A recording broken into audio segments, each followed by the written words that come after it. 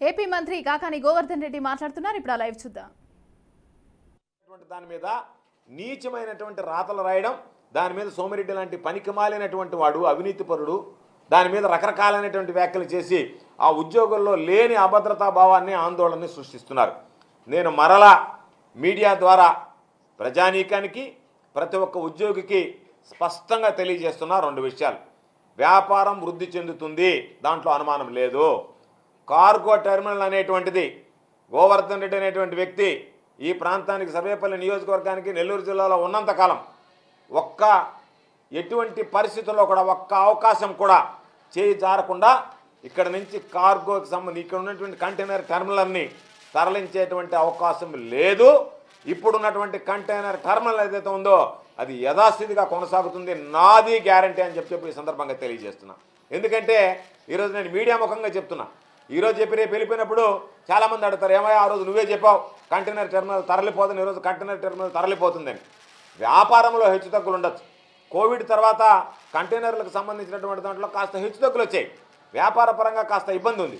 అటువంటి పరిస్థితుల్లో అక్కడ ఉన్నటువంటి అసోసియేషన్ వాళ్ళు కూడా ఇతర రాష్ట్రాల నుంచి వస్తున్నారు, ఈ ప్రాంతంలో ఉండేటువంటి లారీ వాళ్ళకి అన్యాయం జరిగింది, మేమందరం నష్టపోతున్నామని చెప్తే ఆ రోజు సోదరుడు విష్ణుకి చెప్పాను నేను, మీరు కూర్చొని స్థానికంగా ఉండేటువంటి లారీల ఓనర్లకు ఎక్కడ నష్టం జరగొద్దన్నాం, పెట్టాం, జరిపితే పాపం విష్ణు స్థానికంగా ఉండే వాళ్ళకు ఉంటే ఆ తర్వాత దాని మీద రకరకాలైనటువంటి వ్యాఖ్యలు చేస్తే నేను చెప్పా విష్ణుకి, ఏదో అంటుంటాను నువ్వు పట్టించుకోవద్దంటే నాకు అవసరం లేదన్నా, ఏదో మనం స్థానికంగా ఉండేటువంటి వాళ్ళ దగ్గరికి పోతే ఏదో దానికి సంబంధించినటువంటి నీ మీద కూడా ఈరోజు దానికి సంబంధించినటువంటి టోల్ గేట్లు పెట్టి వసూలు చేస్తున్నారు అన్నారు అన్నాడు.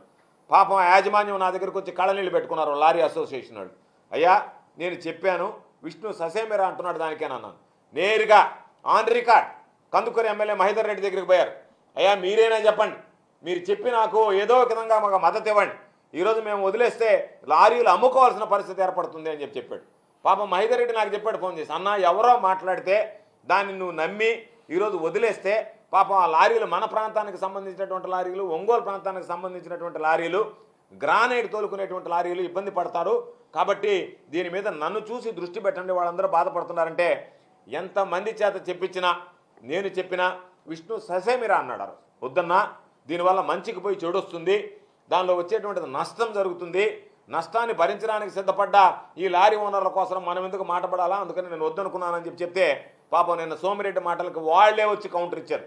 అయ్యా ఇది జరిగింది అని.